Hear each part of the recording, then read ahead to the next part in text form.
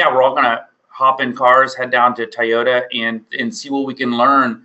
And I think there's going to be surprising connections that some people are going to make that have really, one, maybe never even visited a manufacturing organization, but certainly never visited one that kind of has that pedigree and that history of lean in general. So yeah, I'm really looking forward to it.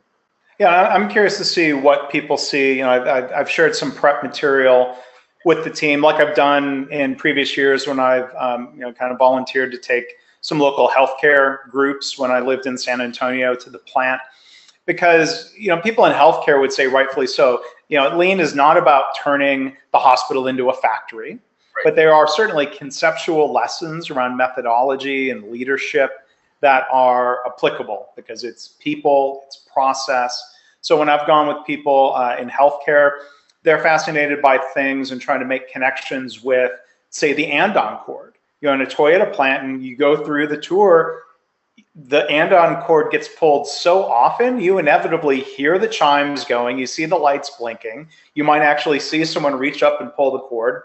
What happens? You see a team leader come almost immediately.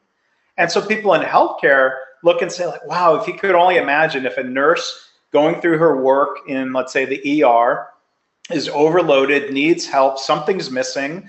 Nurses are often just told to fend for themselves, and there's not that help chain. And so I think that's one thing I'd be curious, what does that mean for people within KaiNexus? If somebody needs help, how do they make that call? We're not going to hang cords over everybody's desks, but what's the process? Yeah, we're asking for help, getting help.